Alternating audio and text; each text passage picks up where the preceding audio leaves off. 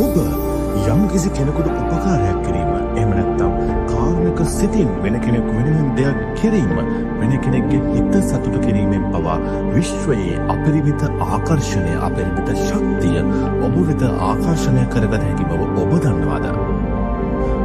ඒ සිදුවන්නේ ඔබ යම් කෙනෙකුට උපකාරයක් කළ විට ඔහුගේ සිතේ ඇතිවන ප්‍රියජනක හැඟීම එහෙම නැත්නම් ඔහුගේ සිතේ ඔබ ගැන ඇතිවෙන ධනාත්මක හැඟීම විශ්වය කරා පරිවර්තනය වීමෙන් එය ශක්තියක්ව ඔබට ලැබීමෙන් එය ඔබ උපකාර කරපු කෙනාට තවත් විදියක විශ්වයේ අපරිමිත ශක්තිය ජනනය කිරීමට හැකි ආකාරයක් එනම් ඔහුගේ සිතේද ධනාත්මක චින්තන රටාවක් ඇතිවීමෙන් ඔබ වෙනුවෙන් සතුටුදායක හැඟීමක් ඔබ වෙනුවෙන් ස්තුතිවන්ත හැඟීමක් ඔහුගේ සිතින් ඇතිවීමෙන්ද එවැනි ධනාත්මක චින්තනයක් විශ්වයට මුදා හැරිය හැකියි.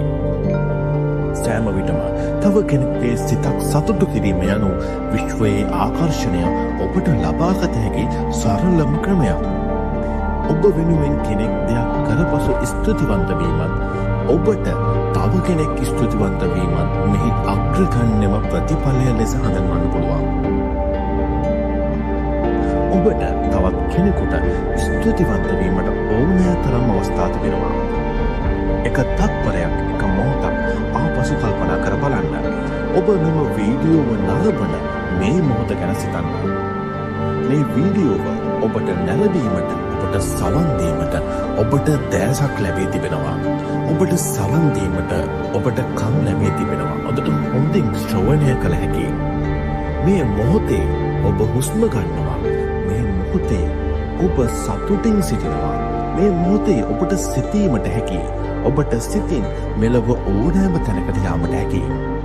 ඔබට හොඳ සෞඛ්‍ය සම්පන්න ශරීරයක් ඔබට තිබෙනවා. මේ සියලු දේද ඔබ ස්තුතිවන්ත විය යුතු නැතිද? ඔබ